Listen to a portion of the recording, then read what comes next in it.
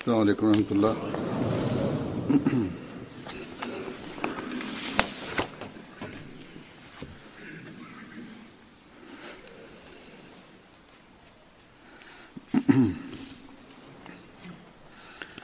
أشهد أن لا إله إلا الله وحده لا شريك له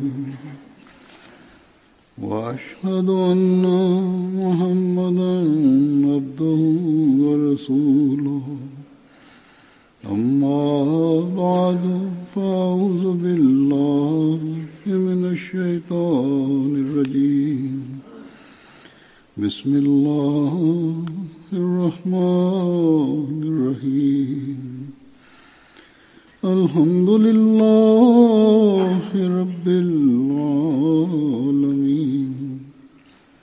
الرحمن الرحيم مالك يوم الدين إياك نعبد وإياك نستعين اهدنا الصراط المستقيم صراط الذين أنعمت عليهم غير المغضوب عليهم ولا الضالين.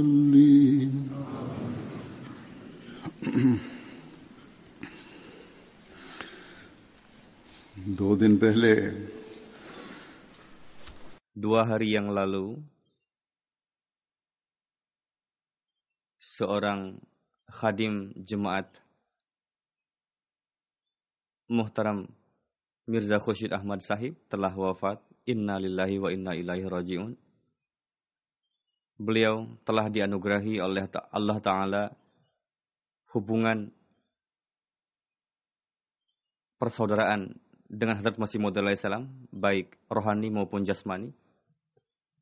Ini merupakan hukum Allah Ta'ala bahwa orang yang lahir di dunia ini, suatu hari dia pun akan kembali lagi kepadanya. Setiap segala sesuatu akan fana dan wujud yang abadi hanya zat Allah Ta'ala semata. Namun beruntunglah orang-orang yang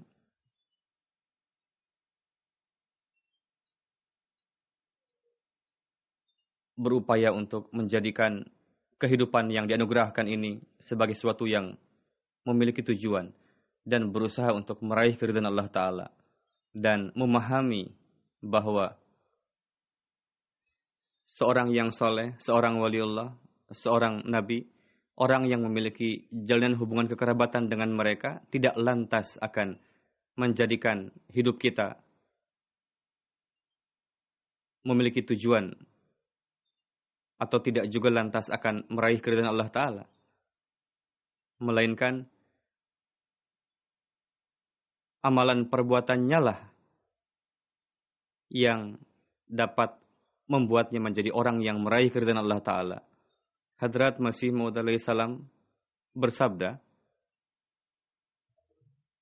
Hadrat Rasulullah sallallahu alaihi wasallam pernah bersabda kepada Hadrat Fatimah radhiyallahu anha, "Wahai Fatimah, status kamu sebagai putriku tidak akan lantas membuat kamu meraih keridhaan Allah Ta'ala. Untuk meraih keridhaan Allah Ta'ala, kamu harus menyelaraskan kehidupanmu dengan hukum atau kehendak Allah Ta'ala. Jika kamu melakukan itu,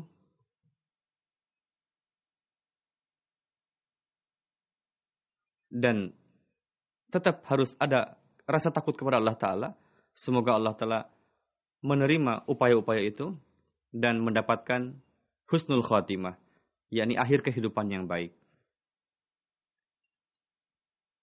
Saya pun mengenal baik beliau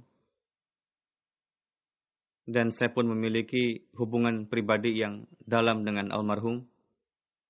Saya mendapatkan kesempatan untuk mengenal beliau lebih dekat. Begitu juga banyak sekali orang yang menulis surat kepada saya menyampaikan kesan-kesan mereka kepada almarhum, bagaimana beliau dengan penuh kerendahan hatian melaksanakan jiwa wakaf dan melaksanakan segala tanggung jawab yang beliau berikan. Beliau tidak pernah menzahirkan kebanggaan sebagai keluarga Masih Maud alaihi salam. Beliau pernah datang ke London menyampaikan kekhawatiran beliau untuk hari terakhir kehidupan beliau.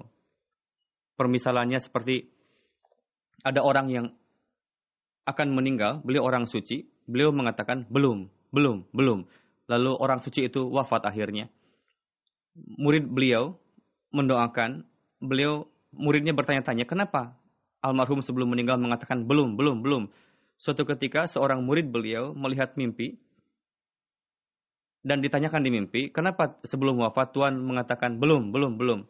Beliau menjawab bahwa masalahnya adalah ketika hari terakhir hidup saya, syaitan datang menghampiri saya dan dia mengatakan kepada saya bahwa kamu telah selamat dari saya, kata syaitan, kamu telah melakukan amal saleh. Saya terus mengatakan, belum. Saya katakan kepada syaitan, belum. Saya belum betul-betul bebas dari kamu selama saya masih bisa menarik nafas. Begitu juga. Akhirnya Allah Ta'ala mencabut nyawa orang suci itu dan beliau pergi ke surga. Jadi inilah kekhawatiran orang-orang mengenai akhir dari kehidupan mereka.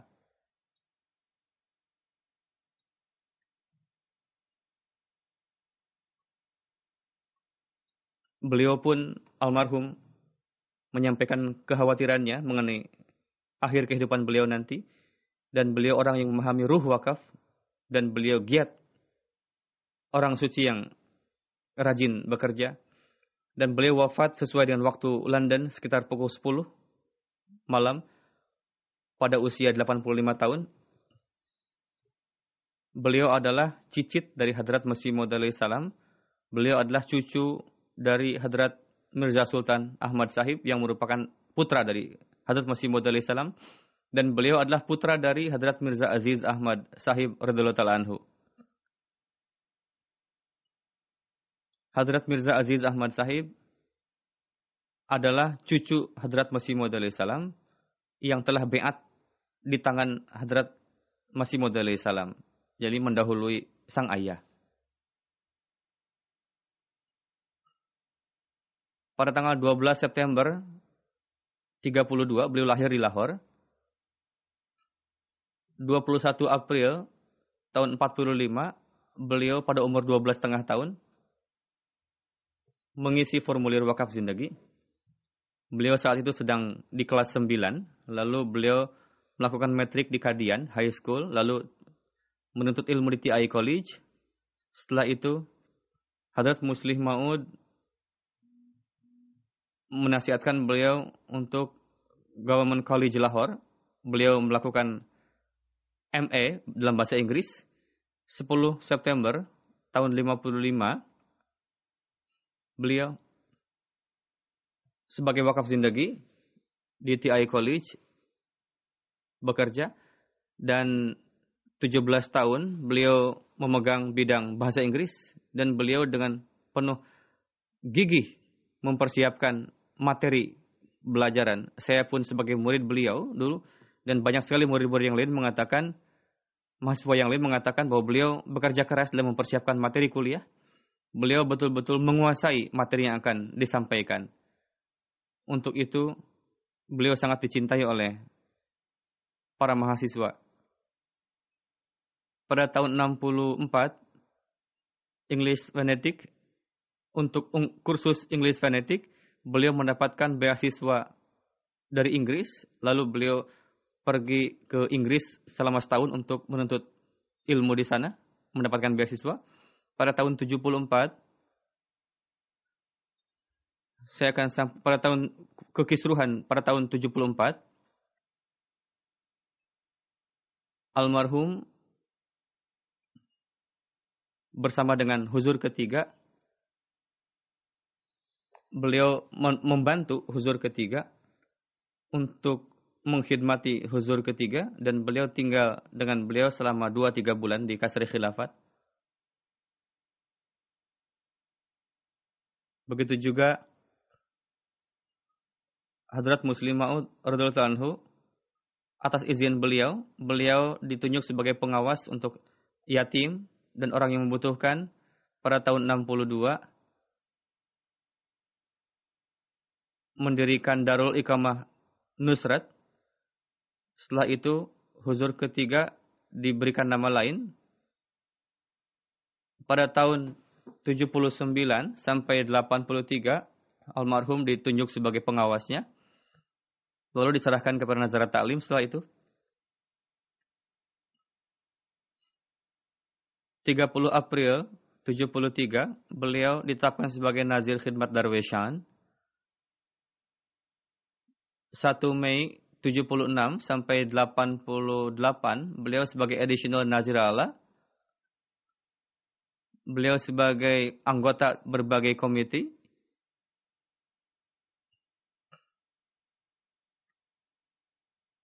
Oktober 88 sampai September 91 ditunjuk sebagai Nazir Umur Ammah. Agustus 92 sampai Mei 2003 sebagai Umur Kharijah. Setelah itu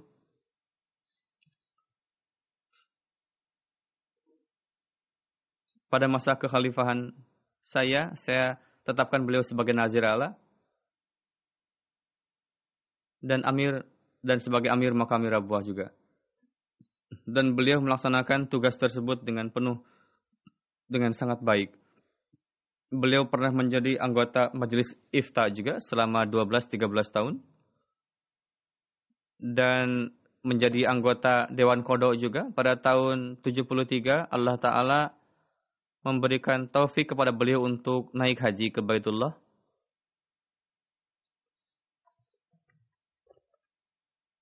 Pernikahan beliau pada 26 Desember 55 itu disampaikan khutbah oleh huzur kedua. Selain beliau ada 5 orang yang nikah saat itu.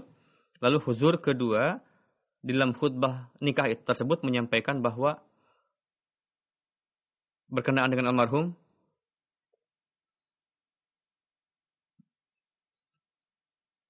bahwa anak ini adalah seorang wakaf zindagi dari antara keluarga Masih Maud alaihissalam.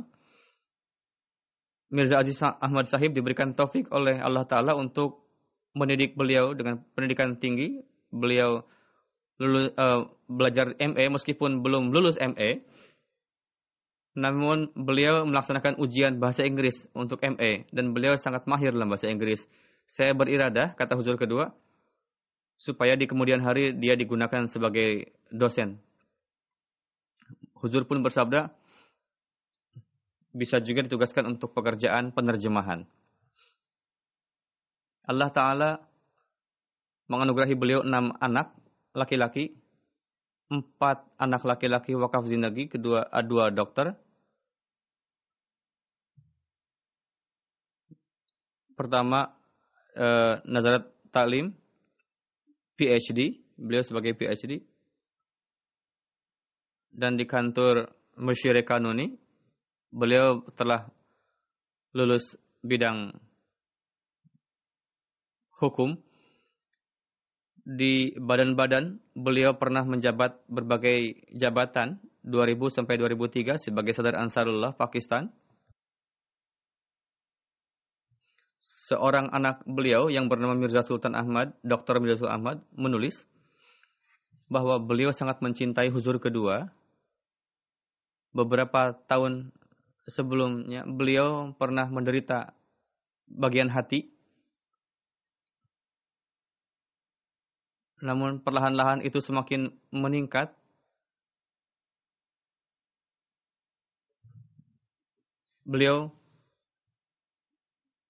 Putra beliau mengetahui beliau sakit, lalu dijemputlah beliau dengan Dr. Nuri. Di jalan berjumpa, Mirza Khushid Ahmad Sahib mengatakan ketika bertemu di jalan tadi, doakan untuk saya di sepanjang jalan saya berdoa, semoga saya sampai di Rabwah.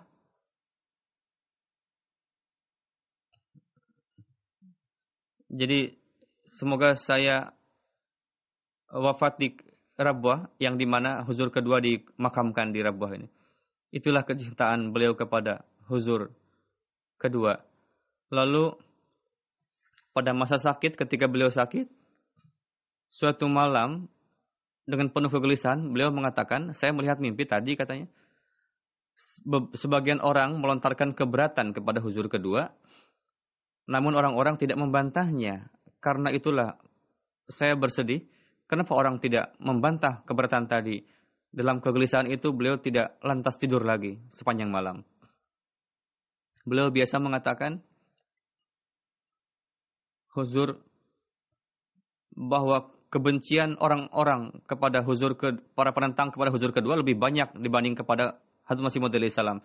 Karena para penentang beranggapan bahwa ini sampai batas tertentu benar pernyataan seperti ini, karena huzur kedua telah betul-betul membuat nizam jemaat dan mengokohkannya. Jika beliau tidak menciptakan nizam jemaat ini, maka di benak para penentang Islam, jemaat tidak akan maju seperti ini.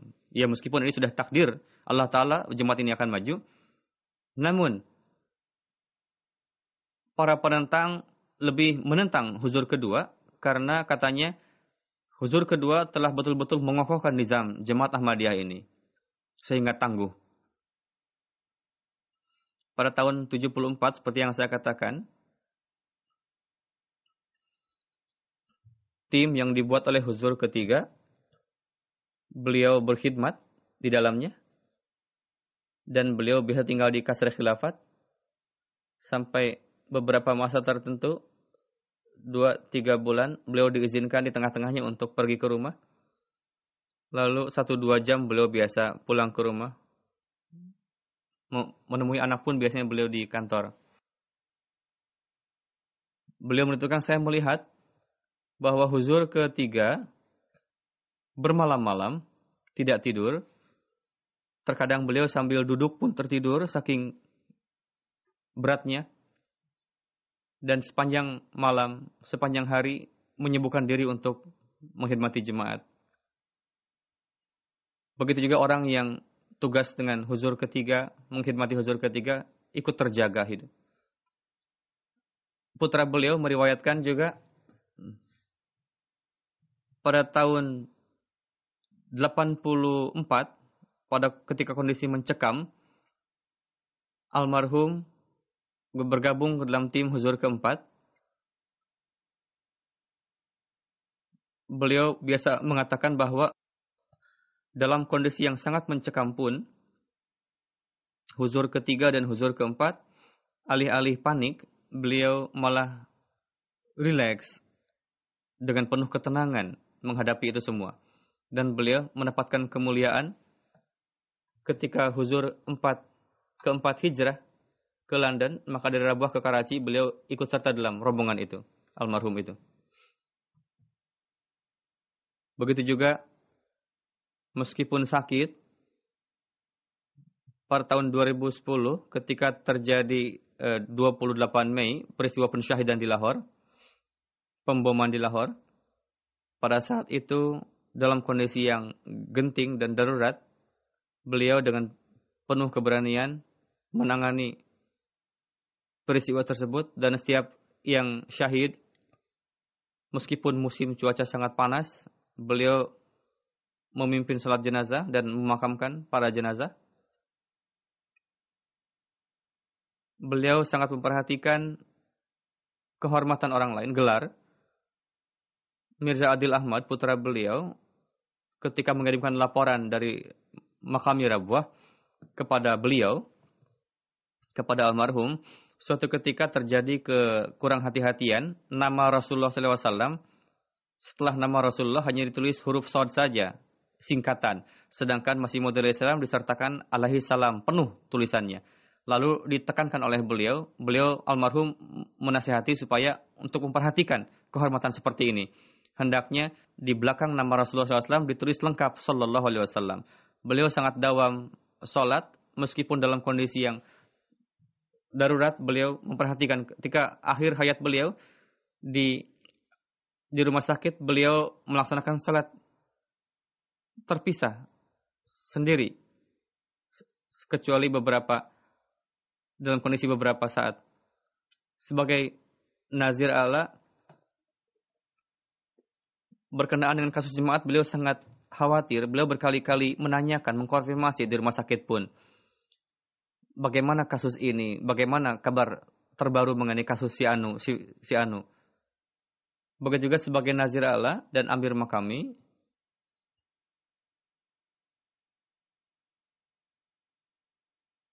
orang-orang mengundang beliau untuk jika ada yang wafat, jika ada yang menikah, beliau mengatakan saya hadir. Beliau biasa hadir dalam acara-acara itu. Beliau mewakili khalifah dan melaksanakan tanggung jawab itu.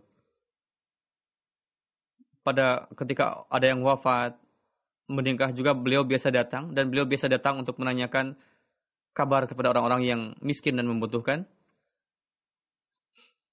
Meskipun sakit, beliau biasa tepat waktu untuk datang ke kantor. Pada hari-hari terakhir kewafatan beliau pun, beliau menyebarkan surat kepada orang-orang, edaran, jika saya bisa datang tepat waktu ke kantor, kenapa yang lain tidak? Beliau menulis seperti itu dalam edaran tadi. Dari sisi pengaturan pun, jika beliau harus menangkap orang lain, beliau tegas juga, namun beliau menasihati dengan penuh kasih sayang. Beliau mendapatkan kehormatan juga. Huzur ketiga ketika wafat di Islamabad, Pakistan. Beliaulah yang memimpin salat jenazah huzur ketiga karena beliau wakil dari anjuman. Huzur keempat saat itu ada di sana. Beliau huzur keempat mengatakan kepada almarhum, Tuanlah yang memimpin salat jenazah karena Tuan wakil dari anjuman. Kata beliau, tidak. Tapi karena Anda adalah wakil dari anjuman, untuk itu Anda harus memimpin salat jenazah huzur ketiga ini.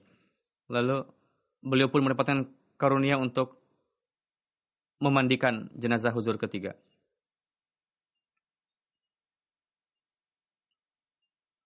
Mukarram Mirza Ghulam Ahmad Sahib menulis, pada tahun 74,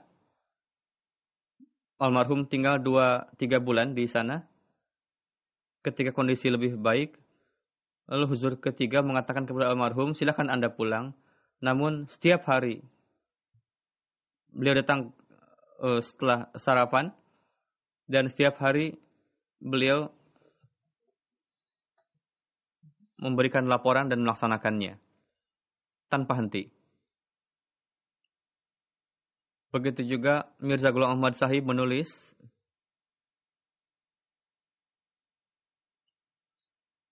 setelah kewafatan huzur ketiga, ketika hari kedua setelah pemilihan huzur keempat, huzur cincin huzur keempat alaihi sallahu bikafin abdah dari Masih Maud salam itu hilang. Huzur keempat sangat khawatir dengan kehilangan cincin itu. Huzur memanggil almarhum dan huzur bersabda, karena Tuan adalah orang yang setia kepada khalifah dan setia kepada setiap khalifah, untuk itu huzur bersabda, cincin saya hilang, tolong cari.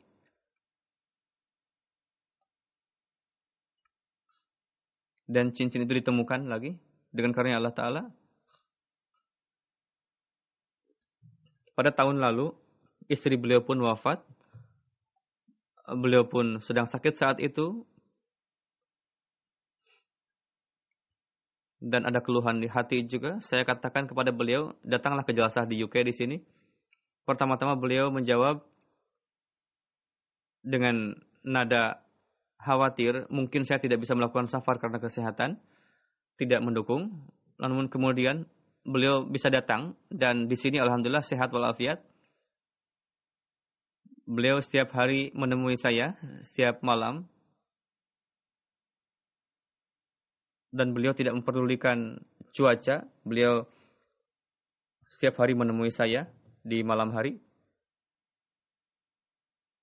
Mukarramah Fauzia Syamim Sahibah, Sadar Lajnah Lahore, Beliau adalah putri dari Nawab Sahibah, yakni putri dari terkecil dari Huzur kedua.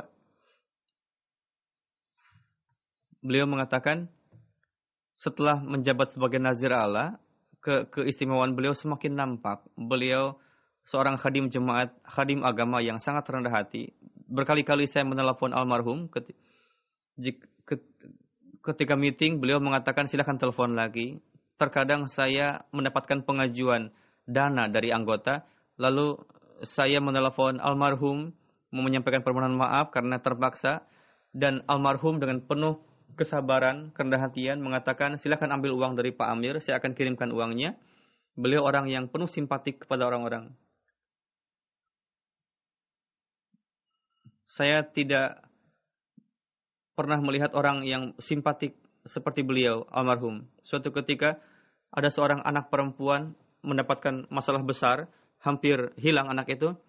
Saya kirimkan kasus itu kepada almarhum, lalu beliau menanganinya dengan penuh kasih sayang.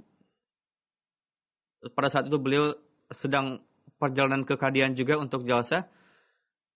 Beliau mengatakan, saya pergi ke Baitul Doa di Kadian, katanya mendoakan untuk anak perempuan ini. Alhamdulillah anak itu menjadi baik sekarang dan dia menikah. Lalu almarhum pun memberikan satu set perhiasan kepada anak perempuan itu.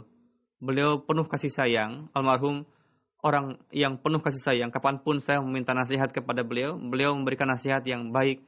Beliau seorang pendoa yang luar biasa. Kapan lagi mendapatkan wujud seperti ini? Semoga Allah Ta'ala memberikan nikmat pengganti beliau kepada khalifah. Dan semoga Allah Ta'ala.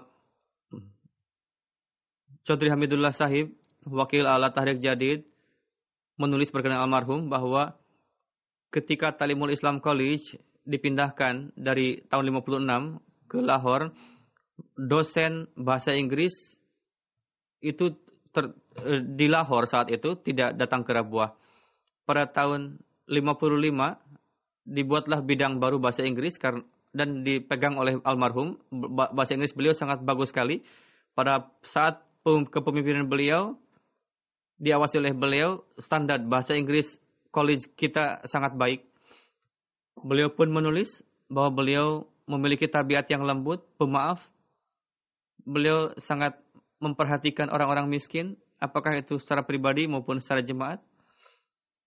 Pada masa college, jalsa sarana, Khudam Ahmadiyah, Ansarullah, pengaturan jalsa, beliau betul-betul mendukung kami. Dan beliau biasa ikut serta dalam kebahagiaan maupun kesedihan orang lain, kepernikahan, kewafatan, beliau selalu hadir. Ketika ada yang meninggal karyawan jalsa, dan beliau tidak mengetahui kabarnya, beliau menyampaikan penyesalannya. Kenapa saya tidak tahu?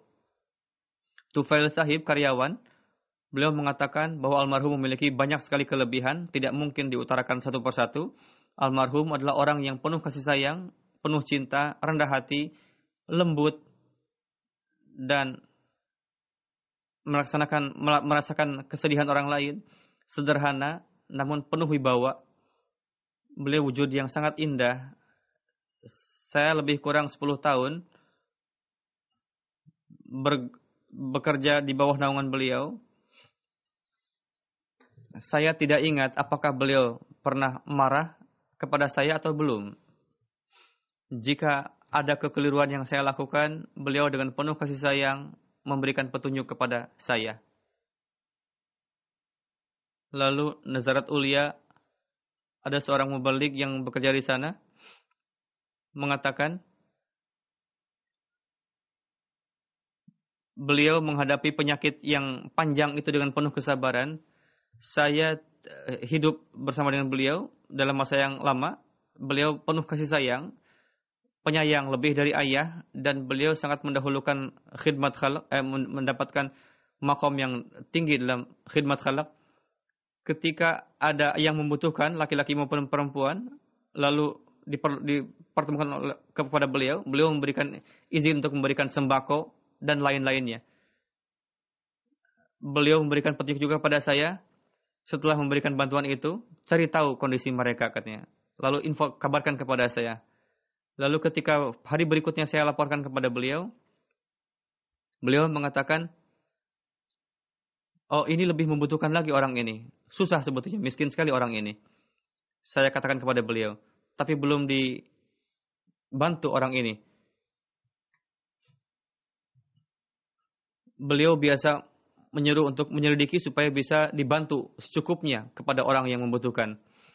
Beliau sangat orang yang bersabar, murah senyum, rendah hati, dan pemaaf. Beliau tidak pernah mengerutkan dahi jika ada yang mengeluh kepada beliau. Beliau menasihati dengan penuh kasih sayang, mendengarkan dengan penuh kasih sayang, yakni mendengarkan dengan penuh kesabaran. Sebetulnya harus dimiliki sifat ini oleh setiap pengurus jemaat.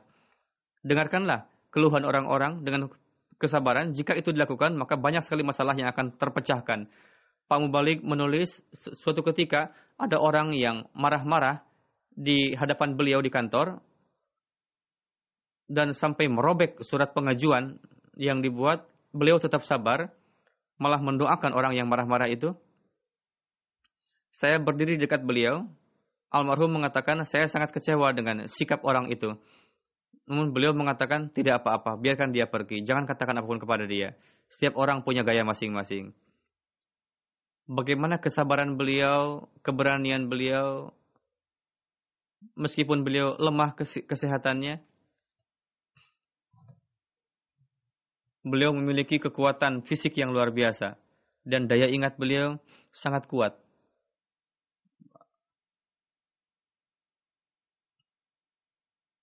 Bagaimana daya ingat beliau begitu hebatnya. Ratusan surat dan laporan biasa beliau lihat, tapi berkali-kali jika terkadang ada kasus filenya yang sudah difailkan berbulan-bulan yang lalu, jika orang yang berkasus tadi meminta untuk dilakukan lagi, harus dicari lagi surat-surat lama dan karyawan mencarinya di komputer. Namun beliau masih ingat bahwa kasusnya begini. Seolah-olah file-file yang ada di kantor, beliau masih ingat apa isinya, bagaimana kasusnya, sampai mana keputusan yang diberikan. Nazim Kaza Rashid Sahib mengatakan, suatu ketika si pihak suami yang ingin damai, namun dari pihak istri meminta supaya uang yang diambil dari saya tolong dikembalikan lagi. Namun kondisi ekonomi si suaminya tidak baik. Beliau mengatakan kepada almarhum saat itu, Anda berikan sebagian, biar saya sebagian lagi cari uang untuk membantu orang ini. Karena Tuhan berikanlah semuanya, kata saya kepada almarhum. Dan memang, jika memang itu dapat memberikan keputusan baik, kita akan berikan uang itu. Lalu beliau berikan uang itu dan akhirnya terputuskanlah masalah itu. Mubalik Umar Foundation, suatu ketika saudari saya sakit kulit, ingin tempat yang higienis, lalu membutuhkan tempat tinggal untuk di guest house beberapa hari. Pengurus mengatakan, Anda harus mendapatkan izin khusus dari Nazir Allah, katanya. Akhirnya saya mengatakan, berpikir, orang Nazir Allah sangat sibuk. Bagaimana, apakah beliau akan memberikan izin atau tidak, katanya. Kami memberanikan diri pergi kantor almarhum. Beliau seperti ayah yang penuh kasih sayang, yang memperhatikan putrinya. Beliau menjauhkan kesulitan kami dan beliau mengizinkan untuk kami tinggal sementara di guest house. Sehingga kepercayaan kami kepada nizam jemaat semakin meningkat dan iman kami semakin meningkat.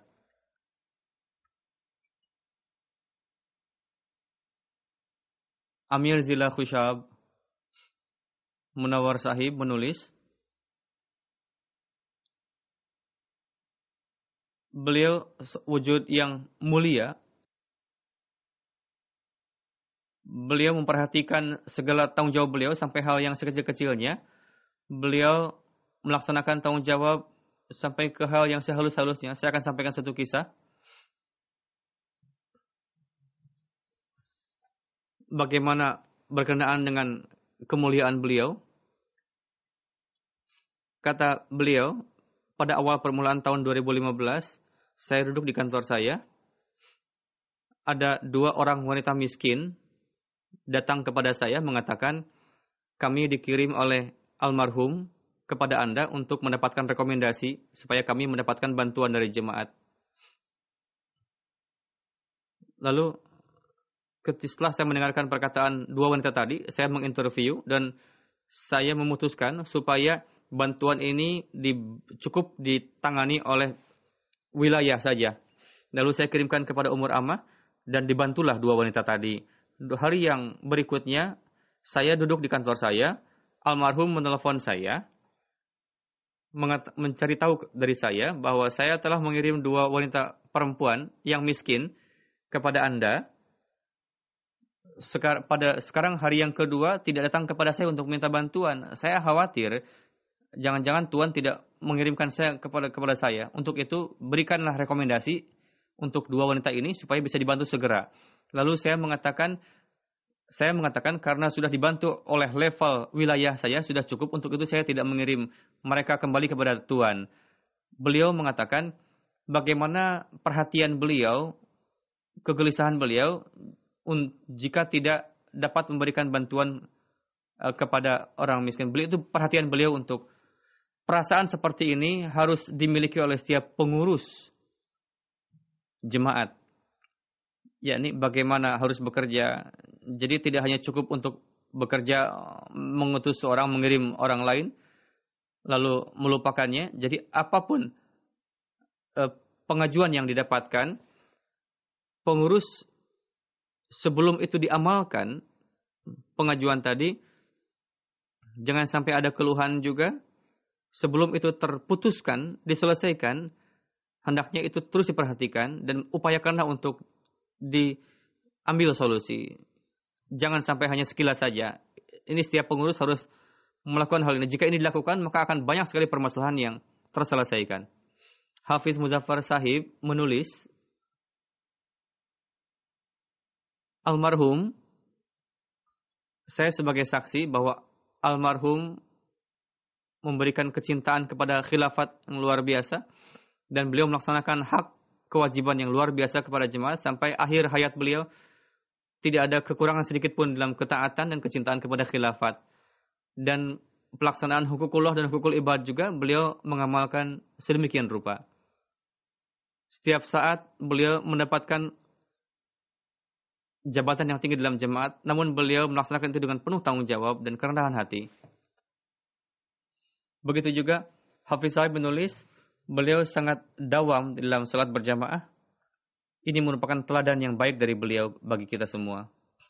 Sadr Ansarullah, ketika beliau menjabat sebagai Sadr Ansarullah, di dalam berbagai meeting, pertemuan, beliau senantiasa menekankan untuk salat berjamaah. Beliau sendiri mengatakan, jika kalian mengatakan saya terus bicara mengenai salat berjamaah saja, saya tidak peduli. Sebelum ini diamalkan, saya akan terus mengingatkan Anda untuk salat berjamaah ini. Jadi para pengurus, saya melihat sebagian pengurus jauh-jauh untuk salat berjamaah, terkadang salat wajib pun ditinggalkan terkadang. Beliau meskipun dingin, panas, beliau datang tepat waktu ke kantor. Hafiz Sahib mengatakan sangat sulit untuk melupakan bagaimana kasih sayang beliau, kerendahan hatian beliau. Beliau tepat waktu datang, disiplin, dan itu teladan bagi kita semua.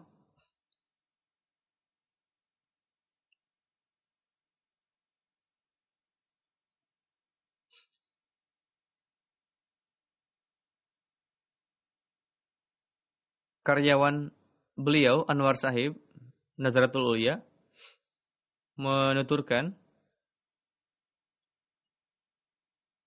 bahwa sangat sulit untuk melupakan kebaikan beliau. Meskipun beliau sudah sepuh dan sakit, beliau datang tepat waktu dan sibuk berkhidmat. Beliau mendahulukan mengkhidmati agama daripada diri sendiri. Sampai akhir hayat beliau, 1 Januari beliau datang dan beliau sedang sakit keluhan nafas dan beliau sangat sulit menderita dan beliau berusaha untuk menyembunyikan penderitaan itu. Beliau mengatakan, sekarang saya kurang sehat, untuk itu saya akan segera pulang hari ini. Saya tidak bisa duduk di kantor. Bukanlah artinya di rumah saya tidak akan bekerja. Beliau mengatakan, bawalah surat-surat ke rumah saya untuk ditandatangani. Karyawan itu mengatakan, saya membawa surat-surat ke rumah beliau, ditandatangani oleh beliau. Karyawan mengatakan, biar nanti saja sebagian lagi Tuan, karena Tuan kurang sehat. Namun beliau tetap mengatakan, tidak, sekarang saya akan tanda tangani surat-surat itu. Beliau menasihati bagaimana seharusnya menghormati agama dan apa itu ruh wakaf. Mubalik Malik Muhammad Afsar Sahib menuturkan,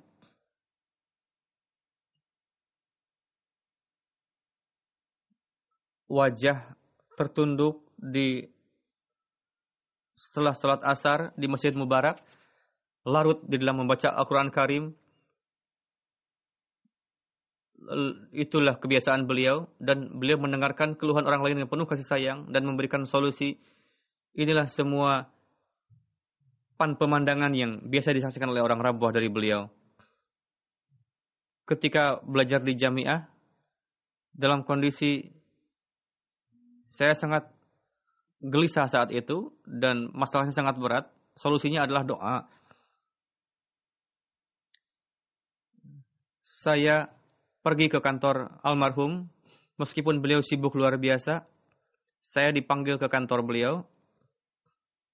Ketika saya sampaikan semua permasalahan saya, beliau maksud saya untuk meminta doa, namun beliau menanyakan secara detail permasalahan saya. Saya tidak terpikir sebelumnya untuk mengambil waktu banyak dari beliau, namun beliau memberikan waktu yang banyak kepada saya dan menzahirkan kasih sayang. Setelah itu, setelah saya keluar dari kantor beliau, saya merasa permasalahan yang menjadi berat beban bagi saya merasa ringan lagi. Jadi inilah penentraman yang harus dimiliki oleh setiap pengurus kepada orang lain. Beliau menulis, beliau orang yang lembut, penuh kasih sayang. Ada yang mengatakan, ketika saya masih muda, masih anak-anak, saya sedang belajar mengendarai motor saat itu. Saya menabrak palang board di depan rumah almarhum. Saat itu beliau sedang menyiram tanaman. Saya sangat takut saat itu dan saya sangat merasa malu karena saya salah. Saya pun mengendarai motor di bawah usia saat itu di depan beliau. Jika orang lain pasti akan marah kepada saya. Tapi bagaimana beliau penuh kasih sayang menghampiri saya dan membantu saya untuk bangun, lalu bertanya kepada saya, kamu tidak terluka karena? Lalu menasihati saya untuk menghargai kehidupan saya. Untuk itu, beliau sangat mencintai para mubalik dan murabbi. Ilmu beliau sangat luas. Meskipun beliau memiliki keilmuan yang luas, beliau dengan penuh kerendahan hatian dan kelembutan menzahirkan kekurangan ilmu beliau. Ketika saya tunjuk beliau untuk menjadi wakil di acara wisuda jamiah, beliau menyampaikan sambutan pidato ketika itu.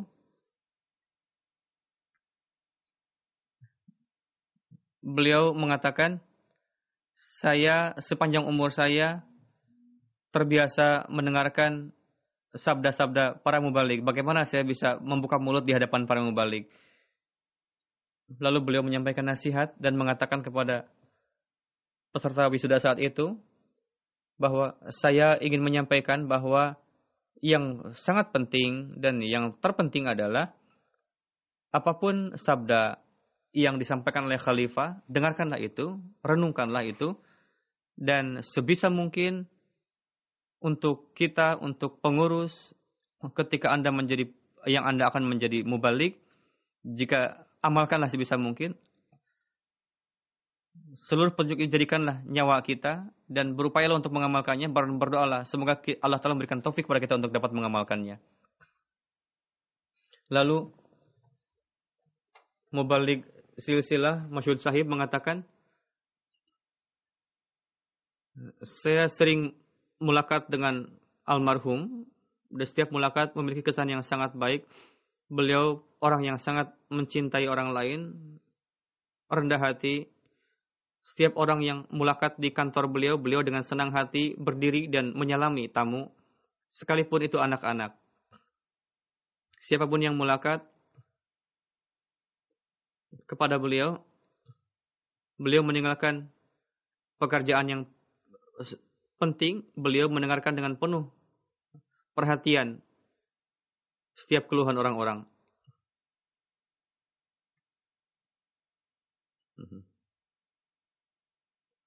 Untuk itu, setiap orang menulis kesan seperti itu. Orang miskin, kaya, pengurus, anggota biasa, semua mendapatkan perlakuan sama.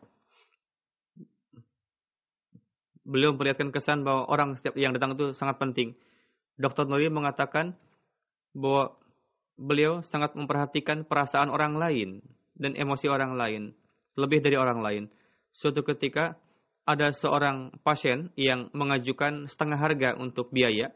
Lalu saya sampaikan kepada almarhum saat itu, Nazir Allah justru memaafkan, menggratiskan biaya.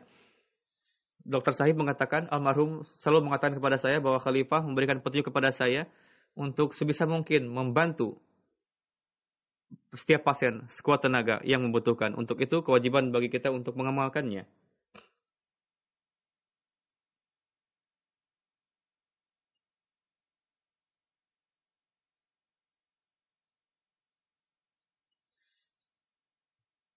Ketika berobat di rumah sakit, bagi para perawat dan bagi para perawat yang sedang PKL, beliau almarhum mengatakan kepada saya untuk ambillah uang dari anak saya, belikanlah sweater, dan berikanlah sebagai hadiah dari saya kepada para perawat ini. Suatu ketika Dr. Sahib menulis, terkadang keharuan beliau begitu dahsyatnya sehingga beliau tidak bisa zahirkan di hadapan orang lain. Jadi kondisi itu pula lah yang semoga Allah Ta'ala menganugerahkan ganjaran yang terbaik kepada Anda semua, sabda beliau.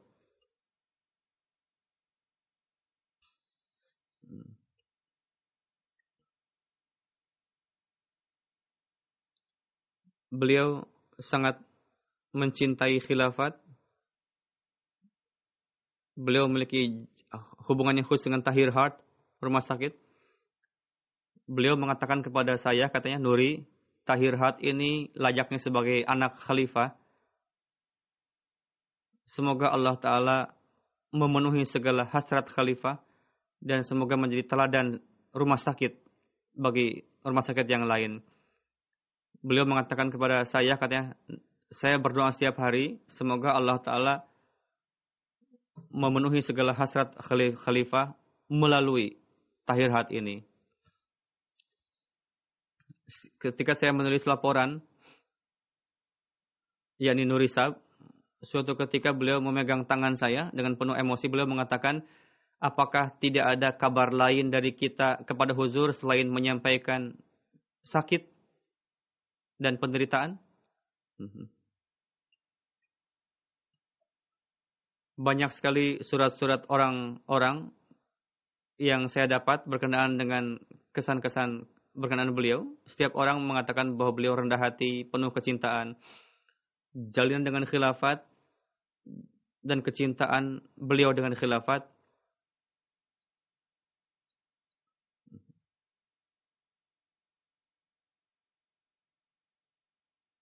beliau pernah zahirkan di hadapan istri saya. Ketika istri saya mengatakan kepada beliau, Anda pasti mendoakan khalifah.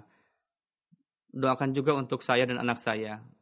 Almarhum menjawab, di dalam sujud-sujud yang khusus, saya berdoa untuk khalifah dan istri dan anak beliau. Beliau mengatakan dengan penuh emosi saat itu. Beliau standar keitaatan beliau kepada atasan sangat luar biasa.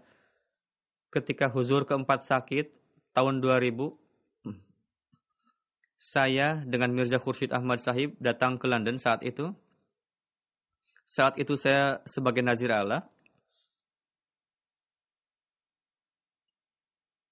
Pernah terjadi perselisihan pendapat antara saya dengan almarhum, sehingga almarhum menolak pendapat saya dengan cukup nada keras. Lalu saya pulang terlebih dahulu ke Rabwah dari London. Beliau pulang di kemudian hari ke Rabwah. Ketika sampai di Rabwah, beliau datang ke kantor saya dan duduk dengan penuh keseriusan. Lalu mengatakan, saya ingin minta maaf kepada Anda, kepada Pak Amir.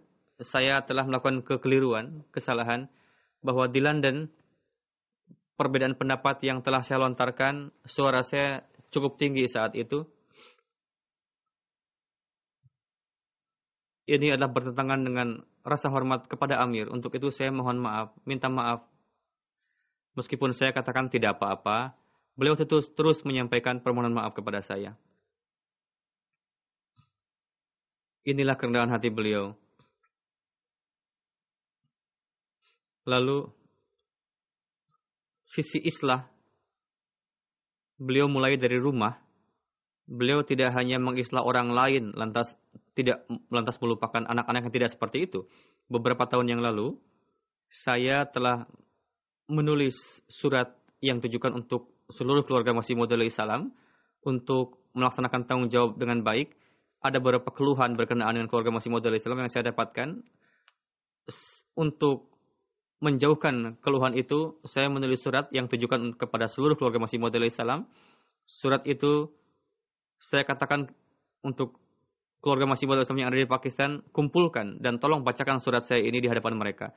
Ketika beliau sampaikan surat dari saya kepada keluarga Masih Maud alaihissalam, beliau dengan penuh emosi menyampaikan, saya harus jelaskan bahwa putra-putri saya pun tidak luput dari kelemahan yang disampaikan oleh Huzur ini. Dan saya tandai itu. Jadi, saya nasihati kepada putra saya dan putra-putra tuan-tuan juga untuk menjauhkan segala kelemahan ini. Dan apapun yang diharapkan oleh khalifah dari kita, kita harus berupaya sebisa mungkin untuk dapat melaksanakannya.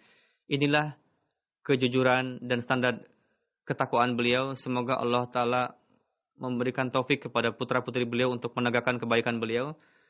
Semoga Allah Ta'ala memberikan kepada jemaat dan khalifah itu wujud-wujud yang setia, yang mukhlis, yang berjalan di atas ketakwaan.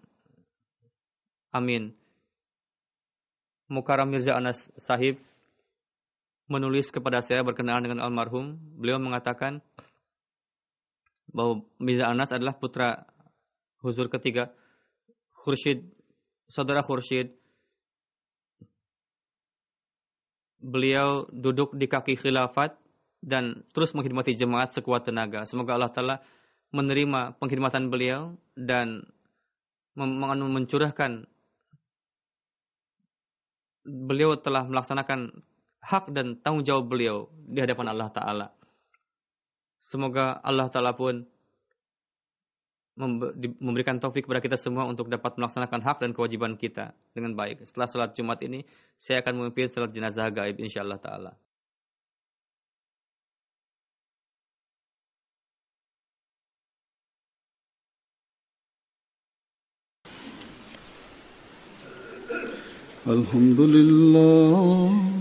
Alhamdulillah nahmaduhu wa nasta'inuhu wa nastaghfiruh. ونؤمن به ونتوكل عليه ونعوذ بالله من شرور أنفسنا ومن سيئات أعمالنا من يهده الله فلا مضل له ومن يضلل فلا هادي له ونشهد أن لا إله إلا الله ونشهد أن محمدا عبده ورسوله عباد الله رحمكم الله إن الله يأمر بالعدل والإحسان وإيتاء ذي القربى وينهى عن الفحشاء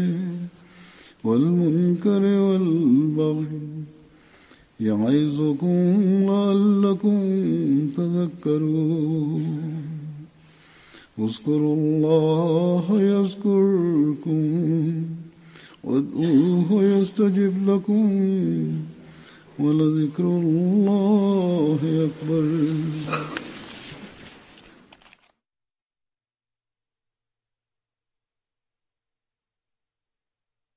اللهم صل على محمد وعلى آل محمد